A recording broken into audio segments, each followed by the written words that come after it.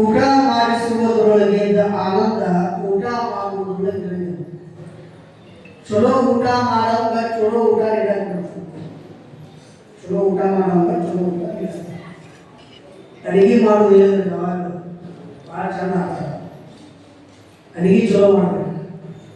ಈಗ ಒಂದು ಹಾಸ್ಯಕತೆ ಮುಂದಿನ ಪ್ರಾಣ ಕೊಡ್ಬೇಕು. ಹೊಸ ಹೆಣ್ಣು ರೆಡಿಯಾಗಿ ಬಂದು ಗಂಡ ಕೇಳಿದ್ರು, ರೀ ನಿಮ್ಗೆ ಏನು ಇಷ್ಟ ಅದನ್ನ ಅಡಿಗೆ ನಾನು ಮಾಡ್ತೀನಿ, ನಿಮ್ಗೆ ಏನು ತಿಂತೀರಿ, ಏನು ಇಷ್ಟ ನಿಮ್ಗೆ? ಅವಾಗ ಇಲ್ಲಿ ಬಿಡು ಅವಕಾಶದಲ್ಲಿ ಬಂದಿದ್ದಿಲ್ಲ, ಅವ್ಗೆ ಆಸೆ ಬಂದಿಲ್ಲ, ಕಾಟದಲ್ಲಿ ಬಂದಿದ್ದೆ ಹೇಳಿ ಬೇಡ ನನಗೆ ಇದ್ದಿದ್ದು ಮಾಡಿ ಏನು ಅಡಿಗೆ ಮಾಡ್ತಾರೆ ಮಾಡ್ಬೋದು. ಇಲ್ರಿ ನಿಮ್ಗೆ ಏನು ಇಷ್ಟ ಅದನ್ನ ಮಾಡ್ತೀನಿ, ನಿಮ್ಗೆ ಏನು ಇಷ್ಟ ಹೇಳಿ. ನಂಗೆ ವಡ ತಿನ್ಬೇಕಂತ ನಂಗೆ ವಡ ತಿನ್ನೋದು ಭಾಳ ಇಷ್ಟ ನನಗೆ. ಹಂಗಾರೆ ವಡ ಮಾಡ್ತೀನಿ. ವಡಕ್ಕೆ ಬೇಕಾದಂಥ ಎಲ್ಲ ಸಾಮಗ್ರಿ ಬರೆದು ಕೊಟ್ಟಿದ್ರಿ. ಅವ ತಂದು ಕೊಟ್ಟು ಮತ್ತು ಅವ ನೌಕರಿಗೆ ಹೋಗಾಗೆ ತಂದು ಜೀವನ ಮಾಡೋ ಈ ಹೆಣ್ಮಗಳು ಅದನ್ನೆಲ್ಲ ತರಿಸಿ ವಡಕ್ಕೆ ಏನೇನು ಬೇಕು ತಯಾರು ಮಾಡ್ಕೊಂಡು ವಡ ಮಾಡಬೇಕಂತೇಳಿ ಹಿಟ್ಟು ರುಬ್ಬಿ ಕಲಸಿ ಎಲ್ಲ ತಯಾರು ಮಾಡಿಕೊಂಡು ತಯಾರು ಮಾಡಿಕೊಂಡಿದ್ದಾಗ ಇನ್ನೇನು ವಡ ಮಾಡಕ್ಕೆ ಅಡಿಗೆ ಮನೆಗೆ ಬಂದು ವಡ ಮಾಡಕ್ಕೆ ಚೆನ್ನಾಗಿತ್ತು. ಒಂದೊಂದು ಮಾಡಿ ತಿನ್ನಾಗ ಹಾಕಿತ್ತು ವಡ ಆಗಲಿ. ಅಯ್ಯ ಯಾಕೆ ವಡ ಆಗೋದು, ಯಾಕೆ ವಡ ಆಗೋದು ಯಾರಿಗೆ ಕೇಳ್ಬೇಕು? ಅಕ್ಕಿ ಆ ಮನೆಯಾಗ ಯಾರು ಪರಿಚಯ ಇಲ್ಲ, ಊರಾಗ ಹೊಸ್ತಾಗಿ ಬಂದಾರ. ಅವ್ರು ಎದುರಿಗೆ ಒಂದು ಮನೆ ಇತ್ತು, ಆ ಹೆಣ್ಮನೆ ವಡ ಮಾಡ್ತಿದ್ರಲ್ಲ ಆ ಮನೆ, ಆ ಮನೆ ಎದುರಿಗೆ ಒಂದು ಮನೆ ಇತ್ತು. ಆ ಮನೆ ಒಳಗೆ ಶಾಂಬರ ಸೀತಮ್ಮ ಅಂತೇಳಿ ಇಡೀ ಆ ಊರಿಗೆ ದೊಡ್ಡ ಅನುಭವಿ ಅಮ್ಮ ದೊಡ್ಡ ಅಜ್ಜಿ ಏನಿದ್ರು ಆ ಊರೇ ಅಜ್ಜಿಗೆ ಕೇಳ್ತಾರೆ. ಅಜ್ಜಿ ಹಿರಿಯ ಅಜ್ಜಿ ಅವರು, ಓಹೋ ಸೀತಮ್ಮನ ಕೇಳ್ಬಿಟ್ರೆ ಎಲ್ಲ ಅಜ್ಜಿ ಅಂತ ಬಂದರು. ಯಾರ ತೆಗಿಯೋರು ಒಳಗೆ ಬರ್ರಿ ಅಜ್ಜಿ ಒಳಗೆ ಹೋದ್ರಿ. ಸೀತಮ್ಮ ಊರಿ ಅಕ್ಕಿ ಹೋದ ಟೈಮು ಸೀತಮ್ಮಿದ ಟೈಮ್ ಹೆಂಗಾಗಿರ್ತದೆ ಯೋಗ ಅಂತಾರ. ಏನ್ರಿ ಯೋಗ ಅಂತಾರ. ಅವತ್ತ ಶಾಂಬರ ಸೀತಮ್ಮ ವಡ ಕರೆದ ಕೆಲಸ ಅವು ಸೀತಮ್ಮ ವಡ ಹಿಂಗಾಗ್ಯಾವ, ನಾನು ಯಾಕೆ ವಡ ಆಗೋದು? ಸೀತಮ್ಮ ವಡ ಹಿಂಗಾಗ್ಯಾವ, ನಾನು ಯಾಕೆ ವಡ ಆಗೋದು? ಎಲ್ಲ ನೋಡಿದ್ರು ತಯಾರು. ಓಹೋ ಸೀತಮ್ಮರ ಯಜಮಾನರು ತೀರೋಗ್ಬಿಟ್ಟು ತೀರೋಗ್ಬಿಟ್ಟಿದ್ರು. ಅವ್ರ ಧರ್ಮದೊಳಗಿರದ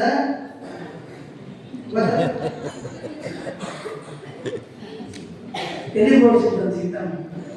ಓಹೋ ಸೀತಮ್ಮ ಇಟ್ಟು ಚಂದ ವಡ ಆಗ್ಯಾವ, ತಲೆ ಬೋಡಿಸ್ಯಾಳ, ಅದಕ್ಕೆ ಇಷ್ಟು ಚಲೋ ವಡ ಆಗ್ಯಾವ ಅಂತೇಳಿ ಮನೆಗೆ ಬಂದು ಸೀರೆ ಕಟ್ಟಿಗೆ ಅಂಗಡಿ ಪಾಳೆ ಹಾಕಿದ್ರು.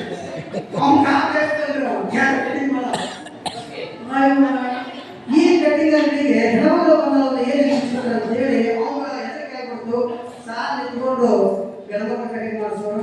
ಆಮೇಲೆ ಒಂದಿಷ್ಟಿಗೆ ಬರ್ತೀರ ಅವ ಕಾಲ ಬಿಡ್ತಾನೆ, ಏನು ನಮ್ಮನೆ ಅವ್ರು ಏನು ಜಗಳ ಮಾಡೋರು ಏನಿಲ್ಲ ಅಂತೇಳಿ ಅವತ್ತು ನೋಡ್ಬೋದವ್ರಿ ಬಂದರು. ಯಾಕೆ ಬೇಕಾದ್ರೆ ಕಟ್ಟಿಗೆ ಅಂಗಡಿಗೆ ಬಂದ್ರಿ? ಹೆಣ್ಮಕ್ಳು ಕಿರಾಣಿ ಅಂಗಡಿಗೆ ಹೋಗ್ತಾರ, ಬ್ಯೂಟಿ ಪಾರ್ಲರ್ಗೆ ಹೋಗ್ತಾರ, ಮತ್ತು ಬಟ್ಟೆ ಅಂಗಡಿಗೆ ಹೋಗ್ತಾರ. ಇದನ್ನ ಬಿಟ್ಟು ಈ ಕಟ್ಟಿಗೆ ಅಂಗಡಿಗೆ ಬಂದ್ರೆ ನನಗೆ ಆಗ್ತಾರೆ ಅಂತ ಏನಂದ್ರೆ ಈ ಕಟ್ಟಿಗೆ ಮಾಡ್ತಾರಲ್ಲ ತಿಳಿ ಮೋಸಿಗೆ ಅಷ್ಟು ಹೋಗ್ತಾರೆ. ಅವ ಏನು ಮಾಡಿದಾರೆ, ಯಾರು ಮಕ್ಕಳನ್ನ ಕರ್ಕೊಂಡು ಬರ್ಬೋದು ಅಂತ ಅವ್ರು ನೋಡ್ಕೊಳ್ತಿದ್ರಿ. ಇಲ್ರಿ ತೆಲಿ ಓಡ್ಸಕ್ಕೆ 50 ರೂಪಾಯಿ ತಗೋತೀನಿ, ಇನ್ನೂ 50 100 ರೂಪಾಯಿ ಕೊಡ್ತೀನಿ, ಬಂದು ನಾನು ತೆಲಿ ಓಡಿಸ್ತಾರೆ. ಯಾಕೆ ಏನು ಪ್ರಶ್ನೆ ಮಾಡಂಗಿಲ್ಲ. 50ಕ್ಕೆ 50 100 ಕೊಡ್ತೀನಿ, ನಾನು ತೆಲಿ ಓಡಿಸು. ಅವಾಗೇನಾಗೋದು 50ಕ್ಕೆ 100 ಕೊಡ್ತಾರೆ ಅಂತೇಳಿ ಅದೇ ನಿಂದಿಸಿದಂತ ಗಂಡ್ಮಕ್ಳು ಅದೇ ನಿಂದಿಸಿ 100 ರೂಪಾಯಿ ಸ್ಕೂಲ್ ನೀರು ತೆಲಿ ಹೊಡೆದು ಹೊಸ ಪ್ಲೇಟ್ ಚರ ತೆಲಿ ಹೊಡಿಸಿದಂತ 100 ರೂಪಾಯಿ ಸ್ಕೂಲ್ ಅಂತ ಬರ್ತಿದ್ರು. ಸ್ಕೂಲ್ ಜಾಗ ಮಾಡಿ ತಯಾರು ಮಾಡ್ಕೊಂಡು ಮತ್ತೆ ಮನೆ ಮುಂದೆ ಬಂದು ಕುತ್ಕೊಂಡು ವಡ ಮಾಡತಕ್ಕಂಥ ವಡನ ತಯಾರಾಗ ಇವಾಗ ನೌಕರಿ ಮುಗಿಸ್ಕೊಂಡು ಬಂದ್ರಿ. ಒಂದು ಮುಂಜಾನೆ ಕಲಿಸಿಟ್ಟಿದ್ದು ಇಟ್ಟು ಮಧ್ಯಾಹ್ನ ಕಳೆದು ಸಂಜೆ ಮುಂದೆ 5 ಗಂಟೆ ಆಯ್ತು. ಈಗ ವಡ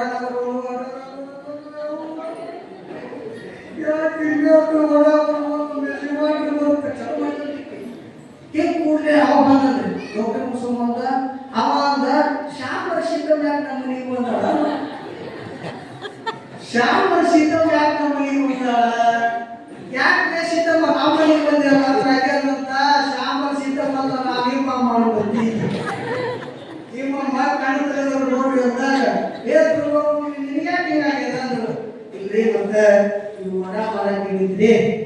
ವಡ ಮಾಡ್ಬೇಕಂದ್ರೆ ಆ ವಡ ಮಾಡ್ಬೇಕಾದ್ರೆ ವಡ ತಯಾರಾಗಲಿಲ್ಲ. ಅದಕ್ಕೆ ಶಾಂಬರ್ ಸೀತಮ್ಮ ಕೇಳಕ್ ಹೋಗಿದ್ದೆ. ಶಾಂಬರ್ ಸೀತಮ್ಮ ಅಷ್ಟು ದೊಡ್ಡ ವಡ ದೊಡ್ಡ ವಡ ಕೆಂಪಗ ಕರೆದು ಕೆರೆಸಿ ತುಂಬ ಮಾಡಿದ್ರಿ. ಅದಕ್ಕೆ ಸೀತಮ್ಮ ತಲೆ ಬೋಳಿಸಿದ್ದು, ನಾನು ತಲೆ ಬೋಳಿಸ್ಕೊಂಡು ಬಂದ್ರೆ ವಡ ಆಗ್ತಾ ಹೋದ್ರೆ ಅಲ್ಲಿ ವಡ ಆಗಲಿ ನೋಡ್ರಿ. ಗಂಡಗ ಆ ಒಂದು ಅನೇಕ ಯಾಕ್ರಿ ಅಂದ್ರೆ ದುರ್ಗಮೂಲಿ ಶಾಂಬರ ಸೀತಮ್ಮನ ಗಂಡ ತೀರ್ಕೊಂಡನ, ಅದಕ್ಕೆ ತಲೆ ಬೋಳಿಸ್ಯಾರ. ನಾ ಇದ್ದಾಗ ತಲೆ ಬೋಳಿಸಿ ಇದು ಅಡಿಗೆ ಮಾಡೋ ಪದ್ಧತಿ ಅಲ್ರಿ. ಇದಕ್ಕೆ ಏನಂತಾರಂದ್ರೆ ಇದು ಅಜ್ಞಾನ ಅಂತ. ಅದಕ್ಕೆ ಗಾದೆ ಮಾತದ ಯಾಚಿಂದ್ರ ಹುಚ್ಚಿ ಸಹಿತ ಅಡಿಗೆ ಮಾಡ್ಯಾರ. ಯಾಚಿರ್ಬೇಕು. ನೀವು ಅಡಿಗೆ ಮಾಡ್ಬೇಕಾದ್ರೆ ಏನ್ ಮಾಡ್ತೀರಿ? ಒಂದು ತಟ್ಟೆ ಒಳಗೆ, ಒಂದು ಪ್ಲೇಟ್ ಒಳಗೆ, ಒಂದು ತಾಕ್ ಒಳಗೆ ಜೀರಿಗೆ, ಸಾಸಿವೆ, ಕರಿಬೇವು, ಕೊತ್ತಂಬರಿ, ಮಸಾಲೆ ಎಲ್ಲ ತಯಾರು ಮಾಡ್ಕೊಂಡು ಅಡಿಗೆ ಮಾಡಕ್ ಕುಂದಿರ್ತೀರೋ, ಏನ ಪಾತ್ರೆ ಎಣ್ಣೆ ಹಾಕಿ ಜೀರಿಗೆ ಡಬ್ಬಿ ಹುಟ್ಟಾರ. ಹೌದು, ಅಡಿಗೆ ಮಾಡೋ ಪದ್ಧತಿ. ಯಾಕಂದ್ರೆ ನಾವು ಪುಟ್ಟ ಹೆಸರು ಅಡಿಗೆ ಮಾಡೋಣ. ಪುಟ್ಟರಾಜ ಕವಿ ಗವಾಯಿಗಳವರೆಗೆ ಅವ್ರ ಸಂಗೀತೊಳಗಿದ್ದ ಕೊನೆಯ ಗಳಿಗೆ ಒಳಗೆ ಅಡಿಗೆ ಸೇವಾ ಮಾಡಿದವ.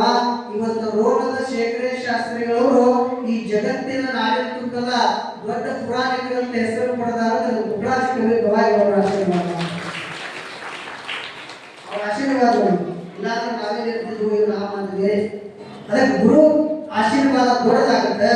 ಹಾಗೆಯೇ ಮಹಾತ್ಮರಾದಂಥ ಸಿದ್ಧಾರೂಢರು ಇಂತಹ ಶ್ರೇಷ್ಠ ಆಹಾರದ ಪ್ರಸಾದದ ವ್ಯವಸ್ಥೆಯನ್ನ ಬಹಳ ಸುಂದರವಾಗಿ ಹೇಳ್ತಾರೆ.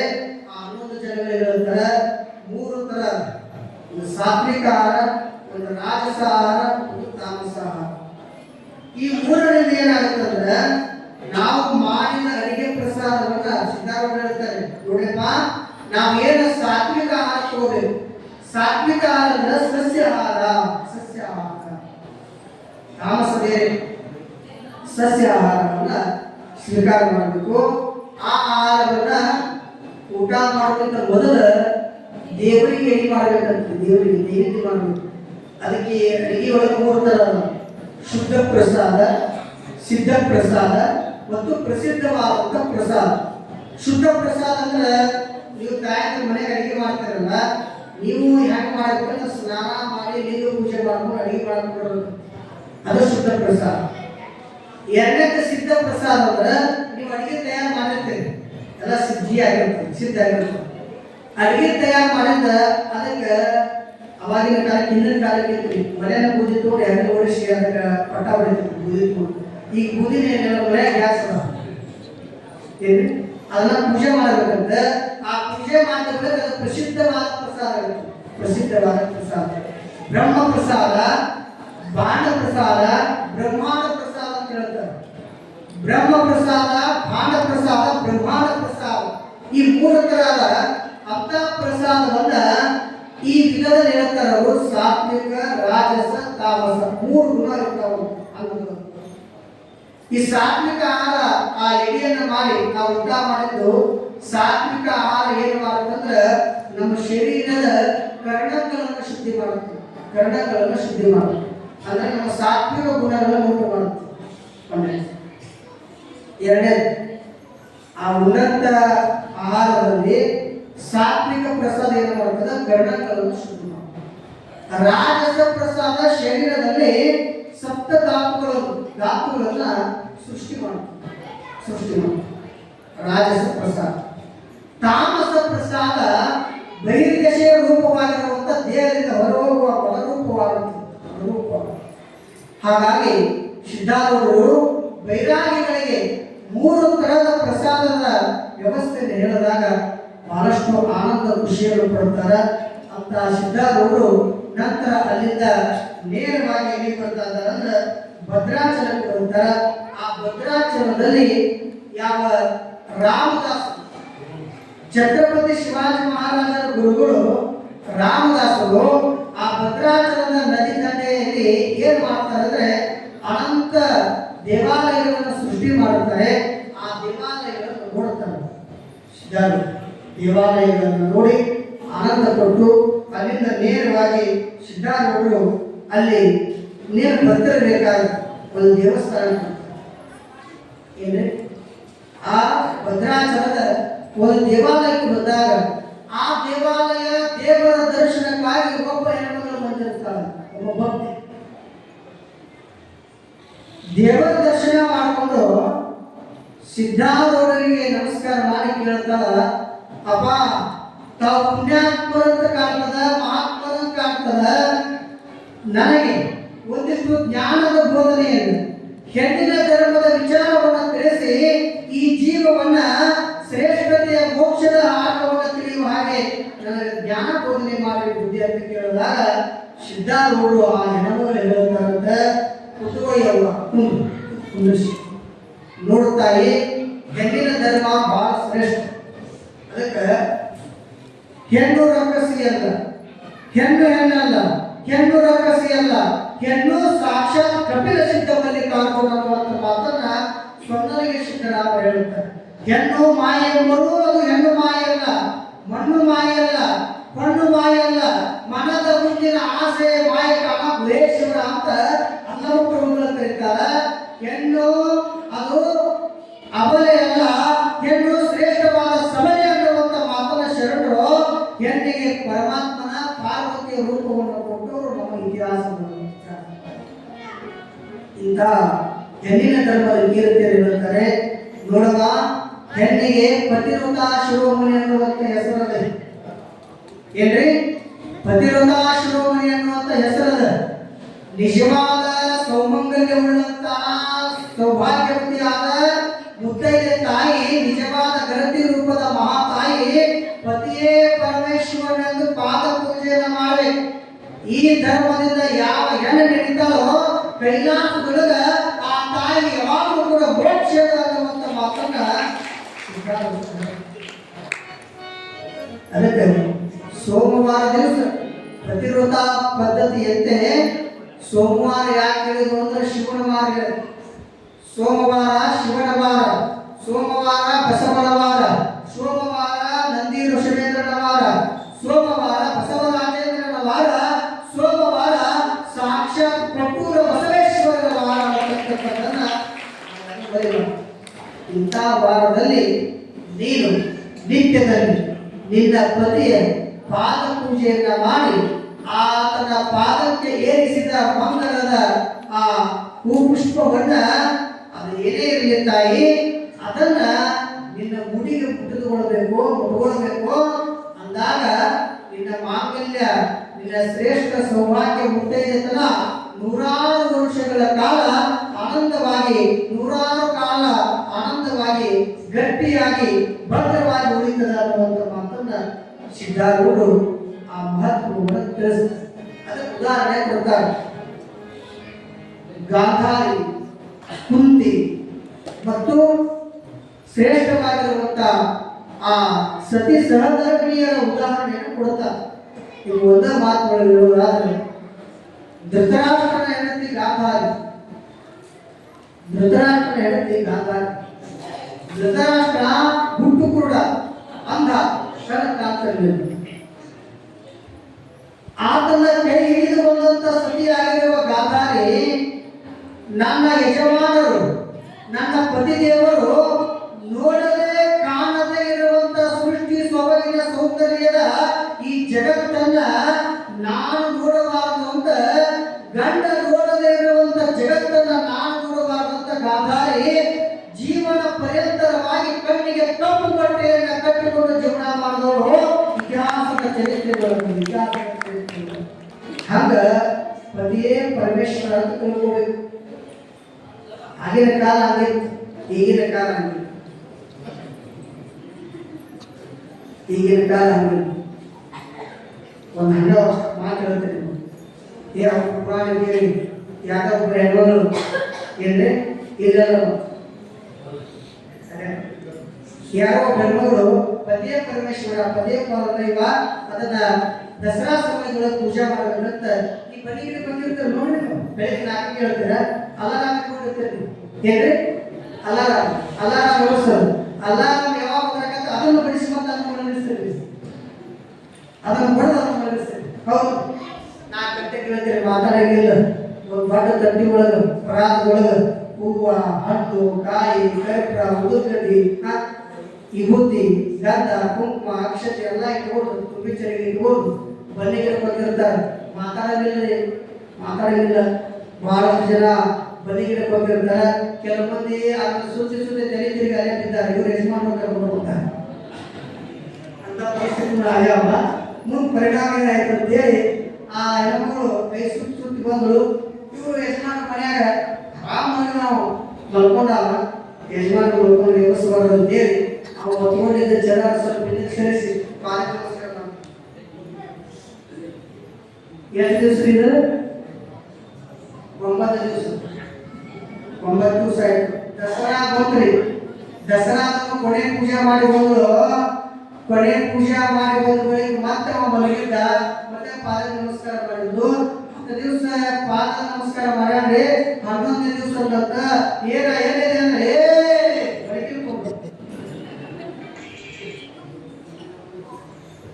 ಇವರೇ 10 ದಿವಸ ಪೂಜೆ ಮಾಡಿ ಉಳಿದ ದಿವಸ ಎಲ್ಲ ಒಳಗೆ ತಗೊಂಡ್ಯಾ, ಒಳಗೆ ತಗೊಂಡ್ಯಾ. ಏನಾದ್ರು ಜೀವನ ಪತಿ ಪದ್ಧತಿ ಸತಿ ಪದ್ಧತಿ ಅಲ್ಲ. ಇದು ಜೀವನ ಅಲ್ಲ. ಸಹಧರ್ಮಿಣಿಯ ಪದ್ಧತಿಯನ್ನು ಬೋಧನೆ ಮಾಡುತ್ತಾರೆ. ಹೇಮರೆಡ್ಡಿ ಮಲ್ಲಮ್ಮ ಅಂತ ಸಾತ್ವಿಷರು. ಹೇಮರೆಡ್ಡಿ ಮಲ್ಲಮ್ಮ ಗುಡಿಸಲದೊಳಗೆ ಜಂಗಮನ ಪಾದ ಪೂಜೆಯನ್ನು ಮಾಡಿ ಹಸಿದಂತ ಜಂಗಮನಿಗೆ ಅನ್ನವನ್ನ ನೀಡಿ ಸಾಕ್ಷಾತ್ ಶ್ರೀಶೈಲ ಪರ್ವತದ ಮಲ್ಲಿಕಾರ್ಜುನನನ್ನ ಜಂಗಮನ ರೂಪದೊಳಗೆ ಪ್ರತ್ಯಕ್ಷಗೊಳಿಸಿಕೊಂಡವರು ಯಾರಾದರೂ ಇದ್ರೆ ಅದು ಹೇಮರೆಡ್ಡಿ ಮಲ್ಲಮ್ಮ ತಾಯಿಯ. ಆ ಮಲ್ಲಮ್ಮನ ಪುರಾಣವನ್ನು ಇಲ್ಲೇ ನಾವು ಹೊಸಳ್ಳಿ ಒಳಗೆ ನಮ್ಮ ರೋಣ ತಾಲೂಕಿನ ಹೊಸಳ್ಳಿ ಒಳಗೆ ಬಸವೇಶ್ವರ ಗುಡಿ 25 ದಿವಸ ಪುರಾಣ ಹೇಳಿದ್ವಿ. ಮೊನ್ನೆ ಹೋದ ವರ್ಷ ನಮ್ಮ ಹೊಸಳ್ಳಿ ಗ್ರಾಮದ ಭಕ್ತರು ಅಲ್ಲಿ ಸುಳಿಮಠ ಭಕ್ತರು ಅದ ಭಾಳ ಕಾಳಿದಾಸನಿಗೆ ಕಣ್ಣನ್ನು ಕೊಟ್ಟವಳು ಮಲ್ಲಮ್ಮ. ಅಂತ ಭಕ್ತಿ ಇರಬೇಕು. ಸತಿ ಶಿರೋಮಣಿಗೆ ಭಕ್ತಿಯ ಮಹತ್ವ ಹಿಂಗದ ತಾಯಿ, ನೀನು ಆನಂದವಾಗಿ ಜೀವನವನ್ನು ಸಾಗಿಸಬೇಕು. ಯಾವತ್ತು ಜಗಳ, ತಂಟೆ, ತಕರಾರನ್ನ ಪತಿಯೊಂದಿಗೆ ಮಾಡಲಾಗದೇ ಆ ತವರ ಮನೆ ತವ್ರ ಮನೆ ಉಳಿಸ್ತಲ್ಲ. ಯಾಕ ನಮ್ಮಪ್ಪ, ನಮ್ಮ ಅವ್ವ, ನಮ್ಮ ಕಾಕ, ನಮ್ಮ ಚಿಗವ್ವ, ನಮ್ಮ ದೊಡ್ಡಪ್ಪ, ನಮ್ಮ ಅಣ್ಣ, ನಮ್ಮ ತಂಗಿ, ನಮ್ಮ ಅಕ್ಕ ಅಂದಾಗ ಯವ್ವ ತವ್ರ ಮನೆಯಿಂದ ಗಂಡನ ಮನೆಗೆ ಯಾರಾದ್ರೂ ಬರ್ತಾರೋ ಅವತ್ತು ಸಾವಿಗೆ ಪೈಸ, ಪೂರಿ, ಕೀರು, ಚಿತ್ರಾನ್ನ, ಪಲಾವು ಏನೆಲ್ಲ ಅಡಿಗೆ ಎಲ್ಲಿರಿ ತವ್ರ ಮನೆಯಿಂದ ಗಂಡನ ಮನೆಗೆ ಯಾರಾದ್ರೂ ಬರಾಕತ್ತಾರ ಅಂತ ಹೇಳಿದ್ರು. ಇಲ್ಲಿದ್ದವ್ರು ನಮ್ಮ ಅಣ್ಣ ಬರ್ತಾರೆ, ನಮ್ಮ ತಮ್ಮ ಬರ್ತಾರೆ, ನಮ್ಮ ಅವ್ವ ಬರ್ತಾರೆ, ನಮ್ಮ ಅಕ್ಕ ಬರ್ತಾರೆ ಅಂತ ಏನೆಲ್ಲ ಮಾಡ್ತೀವಿ. ನೀವು ತವ್ರ ಮನೆಗೆ ಇದ್ದಾಗ ತವ್ರ ಮತ್ತಿಗೆ ಯಾರು ಮತ್ತೆ ನಾಳೆ ವಿನಯ ಬಂದಾಗ ನಾನು ವಿನಯ ಬಂದಾಗ ಮತ್ತೆ ಪರಿಣಾಮ ಏನಾಯ್ತಂದ್ರೆ ಯಜಮಾನರು ನೀವೇನು ಹೋಗಿರ್ತಾರಲ್ಲ ಅವ್ರ ಮನ್ಯಾಗ ಬಂದಿರ್ತಾರ ವಾಪಸ್. ಅವಾಗ ಯಾರು ಬರ್ತಾರಂದ್ರೆ ಸುದ್ದಿ ಬಂದ್ಕೊಡು ಒಣ ರೊಟ್ಟಿ, ಕಲ್ಲಂಚ, ಗೋವಿಂದ ಗೋವಿಂದ ಗೋವಿಂದ. ಇದು ಪದ್ಧತಿ.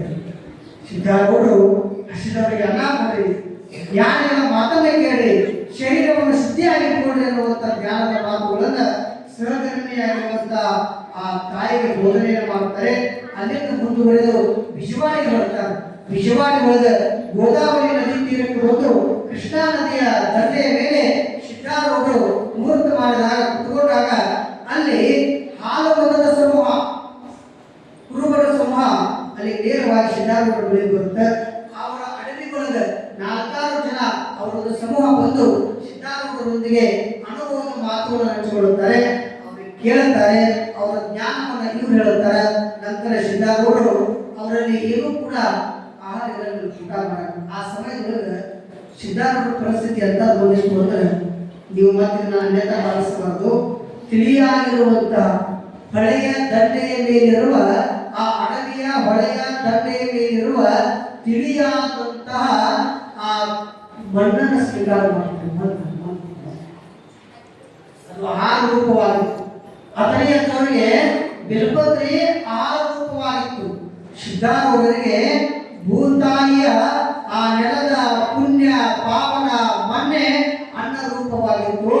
ಅದನ್ನು ಸ್ವೀಕಾರ ಮಾಡಿದಾಗ ಅಲ್ಲಿದ್ದವರು ಬಹಳ ನೋವನ್ನು ಮಾಡಿಕೊಂಡಾಗ ಏನು ಬುದ್ಧಿ ಇದು ಇಂಥ ಮಣ್ಣನ್ನು ಸ್ವೀಕಾರ ಮಾಡಿ ಅಂದಾಗ ಸಿದ್ಧಾರೂಢರು ಮಾತ್ರ ತಮ್ಮ ಸನ್ಯಾಸಿಯ ಕಾಯಕ ಅನ್ನ ಮಣ್ಣು ಬಣ್ಣು ಯಾವುದೂ ಕೂಡ ಆಸೆಗೆ ಬರೋದಿಲ್ಲ. ಚಿಂತೆ ಮಾಡಬೇಡಪ್ಪ, ನಾನು ಸ್ವೀಕಾರ ಮಾಡಿದ್ದೆ ಪ್ರಸಾದ ಏನ್ರಿ, ಸ್ವೀಕಾರ ಮಾಡಿದ್ದೆ ಪ್ರಸಾದ. ಅವರಿಗೆ ಭೇದ ಭಾವನೆಗಳಿಲ್ಲ. ಭೇದ ಭಾವನೆ ಇರ್ತಾವೇನು ಇಲ್ಲ. ಒಂದು ಉದಾಹರಣೆ ಹೇಳ್ತೀವಿ ಕೇಳಿ. ನಾವು ಗದಗ ಜಿಲ್ಲೆ ಒಳಗೆ ಶಿರಟ್ಟಿ ಏನು ಶಿರಟ್ಟಿ ಒಳಗೆ ಕರ್ತೃ ಶ್ರೀ ಜಗದ್ಗುರು ಫಕೀರೇಶ್ವರ ಅಂತ ಆಗ್ಬೇಕಾರೆ ಫಕೀರೇಶ್ವರರು ಆ ಮಠ ಹಿಂದೂ ಮುಸಲ್ಮಾನರ ಭಾವೈಕ್ಯತೆಯ ಮಠ. ಸಮೂರಿನ ನವಾಬ, ಇಸ್ಲಾಂ ಧರ್ಮದ ಸಾಮೂರು ನವಾಬ ಶಿರಟ್ಟಿಗೆ ಬಂದಂತ ಫಕೀರೇಶ್ವರಿಗೆ ವಿನಯ ಮಾಡ್ತಾರೆ, ನೀವು ಹಿಂದೂ ಮುಸಲ್ಮಾನ್ ಧರ್ಮದ ಭಾವೈಕ್ಯತೆಯ ಗುರುಗಳು, ನಿಮಗೆ ಭಿನ್ನಾಯ ಹಾಕಕತ್ತೀನಿ. ನೀವು ಹಿಂದೂಗಳ ಮನೆಗೆ ಅಷ್ಟ ಹೋಗ್ತೀರಿ ಭಿನ್ನಾಯಕ. ಇವತ್ತು ನಾನು ನಿಮ್ಮ ಮಠದ ಭಕ್ತ, ನಾನು ನಿಮ್ಮ ಮಠದ ಶಿಷ್ಯ, ಸೌಮೂರಿನ ನವಾಬ ಬಹಳ ಶ್ರೇಷ್ಠ. ಆದ ಕಾರಣ ನಮ್ಮ ಮನೆಗೆ ಬರಬೇಕು, ನೀವು ಪುರಾಣ ಓದಬೇಕು, ನಾವು ಮಾಡಿದ ಆಹಾರವನ್ನೇ ಸ್ವೀಕಾರ ಮಾಡಬೇಕು. ಕರ್ತೃ ಜಗದ್ಗುರುಗಳು ಫಕೀರೇಶ್ವರ ಹೇಳಿದಂತ ಹಾಗಾಗೋದು ತಮ್ಮ ಹಂಗ ಮಾಡಬೇಡ, ನಮ್ಮ ವ್ರತ ಬಂದು ಬರುತ್ತೆ. ಅದೇ ಹಾಗೆ ಬರ್ತದೆ. ಜ್ಞಾನ ಬೋರ್ಡ್ ಹಾಕ್ತೀರಿ, ಇದೋ ಭಾವೈಕ್ಯತೆಯ ಮಠ, ಇದೋ ಏಕತೆಯ ಮಠ, ಇದೋ ಎಲ್ಲರಿಗೂ ಒಂದೇ ಪ್ರಭಾವ. ನಮ್ಮನಿಗೆ ಯಾಕೆ ಬರಂಗಿಲ್ಲ ಪ್ರಶ್ನೆ ಮಾಡಿ. ಕರ್ತೃ ಶಿರಟ್ಟಿಯ ಫಕೀರೇಶ್ವರರು ಅದನ್ನು ಒಪ್ಪಿಕೊಂಡು ಆಗಲಿ ಅಂತ ಹೇಳಿ ನೇರವಾಗಿ ಸೌನೂರಿಗೆ ಬರ್ತಾರೆ. ಆ ಸೌನೂರಿಗೆ ಬಂದು ಆ ನವಾಬ ಸ್ವೀಕಾರ ಮಾಡ್ತಾನೆ, ಪಾದಾರ್ಪಣೆ ಮಾಡ್ಕೊಳ್ತಾನೆ. ಅಲ್ಲಿ ಸ್ನಾನ ಪೂಜೆ ಮಾಡ್ತಾರೆ. ಅವರ ನವಾಬರ ಮನೆ ಒಳಗೆ ಕುತ್ಕೊಳ್ತಾರೆ. ಗದ್ದುಗೆಯ ಮೇಲೆ ಇಷ್ಟನಿಗಾರ್ಚನೆಯ ಪೂಜೆಯನ್ನು ಪೂರೈಸಿಕೊಂಡ ಬಳಿಕ ಅವರ ಧರ್ಮದ ಶ್ರೇಷ್ಠ ಪ್ರವಾದಿ ಮೊಹಮ್ಮದ್ ಪೈಗಂಬರರಿಂದ ರಚಿತವಾಗಿರುವಂತಹ ಶ್ರೇಷ್ಠ ಕುರಾನನ್ನ ಓದುತ್ತಾರೆ. ಆ ಕುರಾನ್ ಓದಿದ ಬಳಿಕ ಪ್ರಸಾದ ಮಾಡೋ ಟೈಮ್ ಬಂದ್ರಿ. ಸೌನೂರ ನವಾಬ ಮಾಂಸ ಆಹಾರಯುಕ್ತವಾದಂತಹ ಒಂದು ತಟ್ಟಿ ಬೆಳೆದ ಮಾಂಸವನ್ನು ತಂದು ಅದರ ಮೇಲೆ ಪೌಡ ನೀವು ವಸ್ತ್ರ ಅಂತಾರೆ ಟವಲ್, ಅದನ್ನು ಬರೀ ಟವಲ್ ಮುಚ್ಚಿಕೊಂಡು ಬಂದು ತಟ್ಟಿ ಮುಂದೆ ಕೇಳಬೇಕು. ನವಾಬ ನೀನು ಹೇಳೋದನ್ನೇ ಕೇಳಿದೆ, ಇನ್ನು ಮುಂದೆ ಪ್ರಸಾದವನ್ನು ಸ್ವೀಕಾರ ಮಾಡೋದು ಆಗುದಿಲ್ಲ. ನನಗೆ ಏನಪ್ಪ, ನೀವು ಪ್ರಸಾದ ಸ್ವೀಕಾರ ಮಾಡಲೇಬೇಕು ಅಂದಾಗ ನೀನು ಇಚ್ಛೆಯಂತೆ ಆಗಲಿಂದ ಪಕ್ಕದೊಳಗಿರುವಂತಹ ತಮ್ಮ ಲಿಂಗಾರ್ಚನೆ ಮಾಡಿರುವ ಲಿಂಗ ಕೈದಲ್ಲಿರುವಂತಹ ಮಜ್ಜನದ ನೀರನ್ನ ಆ ಮಾಂಸದ ತಟ್ಟೆಗೆ ಪ್ರೋಕ್ಷಣೆ ಮಾಡಿ ತಮ್ಮ ಬಲಭಾಗದ ಬೆತ್ತದಿಂದ ಆ ಬೆತ್ತದಿಂದ ಏನು ಮಾಡ್ತಾರೆ, ಆ ಮಾಂಸ ತಟ್ಟೆಗೆ ಮಾಂಸವನ್ನು ಹಿಡಿದಿರುವಂತಹ ಆ ತಟ್ಟೆಯ ಮೇಲಿಂತಲ್ಲ ಕವಾಲ ಬಡಿ ವಸ್ತ್ರ ಅದಕ್ಕೆ ಮುಟ್ತಾರಂತ. ಏ ಪಕೀರದು ಅಂತ 3 ಸಾರಿ ಮುಟ್ಟಿದಾಗ ಆಯ್ತಪ್ಪ ನೀವು ಇಚ್ಛೆಯಿಂದ ಪ್ರಸಾದ ಮಾಡ್ತೀನಿ ತೆಗಿ ಅಂದಾಗ ಆ ಟವಲ್ ತೆಗೆದು ನೋಡಿದ್ರೆ ಆ ಮಾಂಸ ಕಂಡ ಎಲ್ಲ ಮಲ್ಲಿಗೆ ಪುಷ್ಪಗಳಾಗಿತ್ತು ಅಂತ ಆ ಸಾಂಬದಯ ಪಾರ್ವದಯ ಜಗದ್ಗುರು ಪಂಚಾಚಾರ್ಯ ಮಹಾರಾಜಗಿ, ಸಿದ್ಧಾರೂಢ ಮಹಾರಾಜಗಿ, ಫಕೀರೇಶ್ವರ ಮಹಾರಾಜಗಿ, ಸುಬ್ರಹ್ಮಣ್ಯ ಮಹಾರಾಜಗಿ.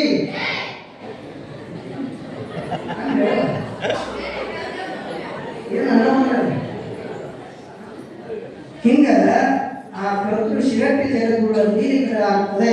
ಇಂಥ ಹುಬ್ಬಳ್ಳಿಯ ಆ ಮಹಾನುಭಾವಿ ಕೈಲಾಸವನ್ನಾಗಿ ಮಾಡಿದ ಪುಣ್ಯಕ್ಷೇತ್ರವನ್ನಾಗಿ ಮಾಡಿದಂಥ ಸಿದ್ಧಾರೂಢರು ಆ ಭದ್ರಾಚಲದ ರಾಮದಾಸರ ನಿರ್ಮಾಣ ಮಾಡಿರುವಂತಹ ದೇವಾಲಯದಲ್ಲಿ ಅನಂತ ಲೀಲೆಗಳನ್ನು ಮಾಡಿ ಆ ಪ್ರತಿರೋಧ ಶಿರೋಮಣಿಯ ತತ್ವದ ತಿರುಳನ್ನು ತಿಳಿಸಿ ಅಲ್ಲಿಂದ ನೇರವಾಗಿ ಬಿಜವಾಡಿಗೆ ಆಗಮಿಸಿ ಕೃಷ್ಣಾ ನದಿ ದಂಡೆ ಮೇಲೆ ಭಾಗವತದ ಭಕ್ತರೊಂದಿಗೆ ಜ್ಞಾನದ ಮಾತುಗಳನ್ನು ಹಂಚಿಕೊಂಡು ನೇರವಾಗಿ ಅಲ್ಲಿಂದ ಮಹಾನುಭಾವಿಗಳು ಶ್ರೇಷ್ಠವಾದ ಪ್ರವಾದಗಳನ್ನು ಮಾಡುತ್ತಾ ಮುಂದೆ ಬರುತ್ತಾರೆ. ಅವರ ಲೀಲೆ, ಅವರ ಪವಾಡ, ಅನಂತ ವಿಚಾರಗಳನ್ನು ನಾವು ಇವುಗಳೆಲ್ಲ ಶುಭಗಳಿಗೆ ಹೇಳಿ ನಾಳೆ ದಿವಸ ಪುರಾಣದೊಳಗೆ ತಿಳಿಯೋಣ ಅನ್ನುವಂಥ ಮಾತನ್ನು ಹೇಳುತ್ತಾ ಇಂದಿನ ಪುರಾಣಕ್ಕೆ ವಿರಾಮಿಸುವುದರೊಂದಿಗೆ ಇವತ್ತು ವಿಶೇಷವಾಗಿ ನಮ್ಮ ರೋಣ ನಗರದಿಂದ ಜನನಿ ಜನ್ಮಭೂಮಿಶ್ಚ ಸ್ವರ್ಗಾದಪಿ ಗರೀಯಸಿ ಅಂತ ಹುಟ್ಟಿದ ಊರು ಸ್ವರ್ಗಕ್ಕಿಂತಲೂ ಮಿಗಿಲ ಅನ್ನುವಂಥದ್ದು. ಹಾಗೆ ನಮ್ಮೂರಿನ ರೋಣ ನಗರದ ಎಲ್ಲ ಹಿರಿಯರು ಬಂದಾರ. ಬಹುಶಃ ಈಗೇನೆಲ್ಲ ಬಂದಾರ ಮಂಜು ಕುಂದ್ರು ಮಂಜು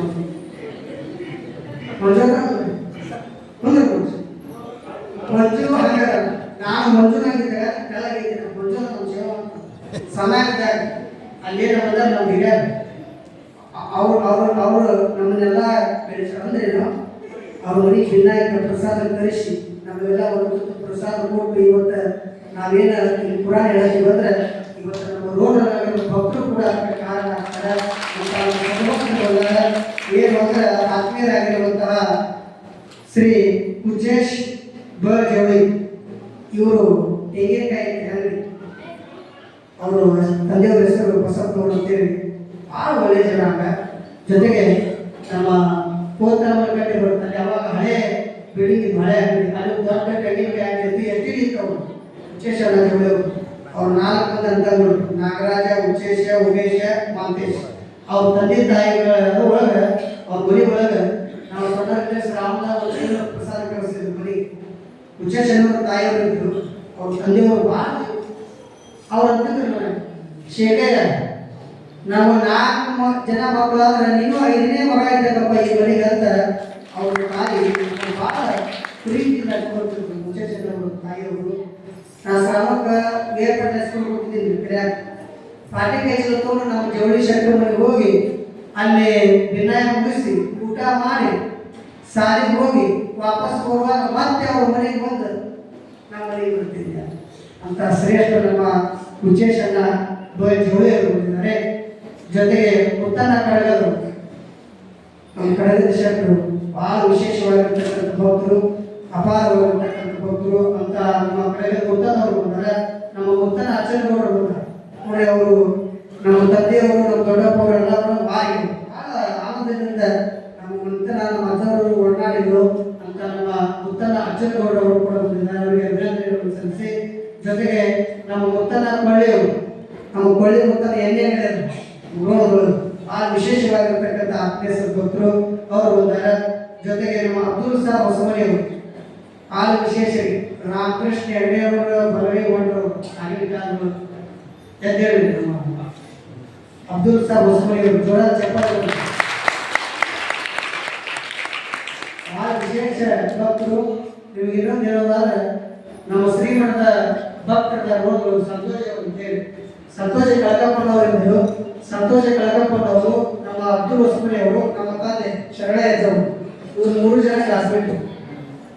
ಭಾಳ ವಿಶೇಷವಾಗಿ ನಮ್ಮ ಕಳಕಪ್ಪ ಸಂತೋಷ ಅವರು ಈಗಿಲ್ಲ ಇವರು ಅವರು ನಮ್ಮ ತಂದೆಯವರು ಕೂಡೇ ಕಲ್ತವರು ಅಂತ ವಿಶೇಷ ನಮ್ಮ ಆತ್ಮೀಯರಾದಂಥ ಅಬ್ದುಲ್ ಸಾಬ್ ಹೊಸಮನಿ ಅವರು ಬಂದರೆ. ಜೊತೆಗೆ ನಮ್ಮ ವೀರಭದ್ರಗೌಡರು ಪಾಟೀಲ್, ನಮ್ಮ GS ಪಾಟೀಲ್ ಸಹೋದರರು, ನಮ್ಮ ವೀರಭದ್ರಗೌಡರು ಪಾಟೀಲರು, ಅವರು ಗೌಡರು ಒಳಗೆ ಅವ್ರ ದೊಡ್ಡ ಮನೆ, ಅವ್ರ ಮನೆ ಮುಂದೆ ಒಂದು ಶಿವನ ದೇವಾಲಯ, ಈಶ್ವರ ದೇವಾಲಯ. ನಾ ಇನ್ನೂ ಹಾವೇರಿ ಹೋಗಿರಲಿಲ್ಲ, ಇನ್ನೂ ಗವಾಯಿ ಆಶ್ರಮಕ್ಕೆ ಹೋಗಿರಲಿಲ್ಲ. ಅಲ್ಲಿ ವಿನಾಯಕ ದೇವರೇ ತಿಳಿಸಿದ್ವಿ ನಾವೆಲ್ಲ. ನಮ್ಮ ಶಿವಮೊಗ್ಗರು, ಕಡಿಮುಲ್ಕಟ್ಟಿಯವರು, ಅಂಪಳ್ಳಿಯವರು, ಗಿರಟ್ಟಿಯವರು, ಮತ್ತು ಹಕಾರಿಯವರು, ಪಲ್ಯರವರು, ನಮ್ಮ ಪಾಟೀಲರು, ನಮ್ಮ ಜವಳಿ ಶೆಟ್ಟರು, ಐವಳಿ ಶೆಟ್ಟರು, ಫಕೀರ್ ಶೆಟ್ಟರು, ಇವರೆಲ್ಲ ನಮ್ಮ ಅಜ್ಜವರು ಹಾಕೊಂಡು ಪರಂಪರೆ, ವಿನಾಯಕ ತಿಳಿಸೋ ಪರಂಪರೆ ನಾವು ಹೋಗ್ತಿದ್ವಿ. ಆಗ ನಮ್ಮ ವೀರಭದ್ರಗೌಡರು ಪಾಟೀಲರು ಶಿವರಾತ್ರಿಗೊಮ್ಮೆ ನಮ್ಮನ್ನು ಕರೆಸಿ, ಶೇಖಯ್ಯ ನಿನ್ನ ಕಡೆಯಿಂದ ವೇದೋಕ್ತ ಮಂತ್ರ ಹೇಳಿಸಿ ನಮ್ಮ ಈಶ್ವರಿಗೆ ಅಭಿಷೇಕ ಆಗಬೇಕು, ಶಿವರಾತ್ರಿ ಟೈಮ್ ಎಲ್ಲಿ ಪೂಜಾಕ್ಕೆ ಹೋಗಬಾರ್ದಂತ ನಮ್ಮ ವೀರಭದ್ರಗೌಡರು ಪಾಟೀಲರು ಆ ರೋಗಗಳು ಇರುವವರೆಗೂ ಕೂಡ ನಮ್ಮ ಕಡೆಯಿಂದ ಆ ಶಿವರಾತ್ರಿ ಸಮಯದೊಳಗೆ ಶಿವನ ದೇವಾಲಯಕ್ಕೆ, ಈಶ್ವರ ದೇವಾಲಯಕ್ಕೆ ನಮ್ಮ ಕಡೆಯಿಂದ ರುದ್ರಾಭಿಷೇಕವನ್ನು ಮಾಡಿಸಿ ನಿತ್ಯ ಅವರು ಶಿವಸಂಪನ್ನ ಭಕ್ತರಾಗಿದ್ದಾರೆ ಅಂತ ನಮ್ಮ ವೀರಭದ್ರಗೌಡರು ಪಾಟೀಲರು. ಜೊತೆಗೆ ನಿಮ್ಮೂರಾಗ ಬಂದಾರ, ಅವರೆಲ್ಲ ಕರ್ಕೊಂಡು ಬಂದಾರ, ಡ್ರೈವರ್ ಅವ್ರು ಬಂದಾರ. ಅದಕ್ಕೆ ಒಂದು ಸರ್ವತ್ತು ಮಾತಾಡ್ತಾರೆ. ತಂತಿ ವಾದ್ಯವೇ ಲೇಸು ವಾಹನ ಚಾಲಕನ ಕೃಪೆಲೇಸು ದೇಶಕ್ಕೆ ಸ್ವತಂತ್ರವೇ ಲೇಸ ಅಂತ ಸರ್ವಜ್ಞ ಅಂತ ಹೇಳ್ತಾರೆ. ವಾಹನ ಚಾಲಕ ಇದ್ದಾವ, ಭಾಳ ಗಟ್ಟಿಮುಟ್ಟಿಯಾಗಿ ಅವ್ರನ್ನ ಕರ್ಕೊಂಡು ಹೋಗ್ಬೇಕು ನೇರವಾಗಿ. ಹಂಗಾರಪ್ಪ ನಿಮ್ಮ ಕೂಡ ಅವ್ರು ಬರ್ತಾರೆ, ಅವ್ರಿಗೆಲ್ಲ ಅಭಿನಂದನೆಗಳನ್ನು ಸಲ್ಲಿಸಿ. ಇನ್ನೊಂದು ವಿಶೇಷ ಏನಂದ್ರೆ, ಬಹುಶಃ ನಮ್ಮ ಹುಚ್ಚೇಶ್ ಜವಳಿಯವರು ಶ್ರಾವಣದೊಳಗೆ ನಮ್ಮ ಗುಲಗಂಜಿ ಮಠದೊಳಗೆ ಪುರಾಣ ನಡೀತದೆ. ಪ್ರತಿ ವರ್ಷ ಪುರಾಣ ನಡೀತದೆ. ನಮ್ಮ ಲದ್ದಿ ಮಠ ಬಂದಾರ, ನಮ್ಮ ಲದ್ದಿ ಮಠ ಬಂದಾರ, ಸೋಮು ಲದ್ದಿ ಮಠ. ಅವ್ರ ಬಗ್ಗೆ ಅವ್ರು ಹೇಳ್ಬೇಕಂದ್ರೆ, ಅವ್ರ ಮೂಲತಃ ನಮ್ಮ ಜಂಗಮ ಸಮಾಜದ ಮುಖಂಡರು. ವಿಜಯವಾಣಿ ಪತ್ರಿಕೆ ಹೊರದಿಗಾರರು. ಇಡೀ ನಮ್ಮ ತಾಲೂಕಿನ ರೋಣ ತಾಲೂಕಿನ ಸುತ್ತಮುತ್ತ ಹಳ್ಳಿಗಳಿಗೆ ಏನೇ ಒಂದು ಧರ್ಮ ಕಾರ್ಯ, ಯಾವುದೇ ಕಾರ್ಯ ಅವ್ರಿಗೆ ಭಿನ್ನ ಭೇದ ಇಲ್ಲ. ನಮ್ಮ ಸೋಮು ಲದ್ದಿ ಮಠ ಅವ್ರಿಗೆ ಒಟ್ಟಾರೆ ಭಿನ್ನ ಭೇದ ಅನ್ನೋದಿಲ್ಲ.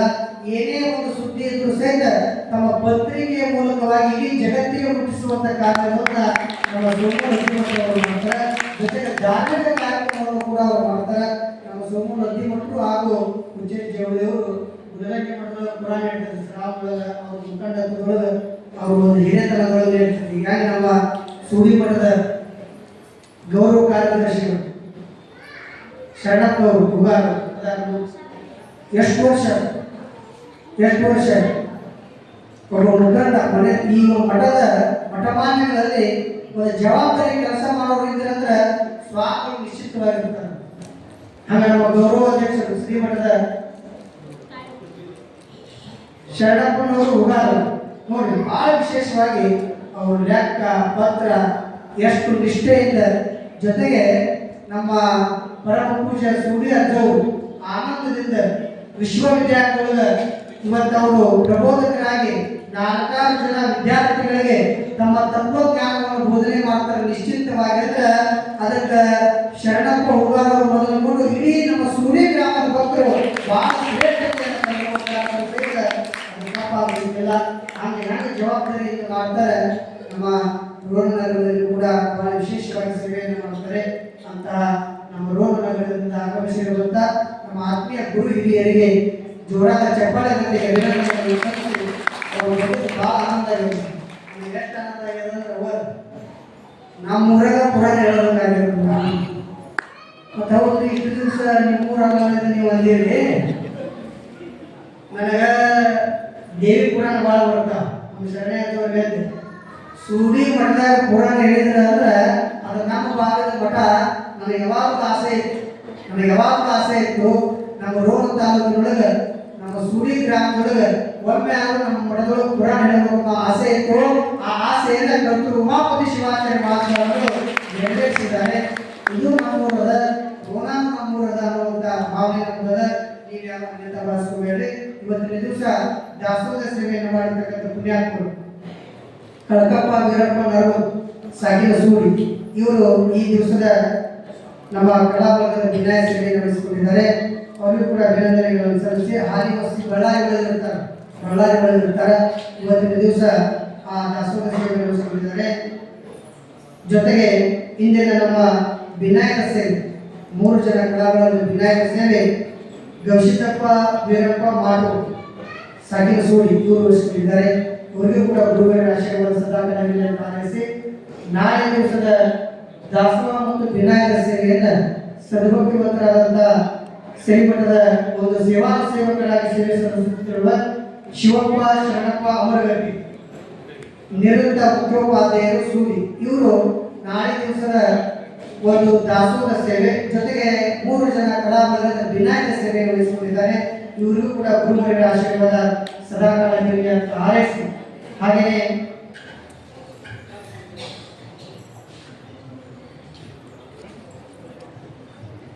ಮುಂದಿನ ಕಾರ್ಯಕ್ರಮವನ್ನು ನಿರೂಪಕರಿಗೆ ಅನುಕೂಲತೆಯನ್ನು ಮಾಡಿಕೊಡ್ತಾ ಇದ್ದಾರೆ. ಅವರು ಮುಂದಿನ ಕಾರ್ಯಕ್ರಮವನ್ನು ನಿರೂಪಿಸಬೇಕಾಗಿ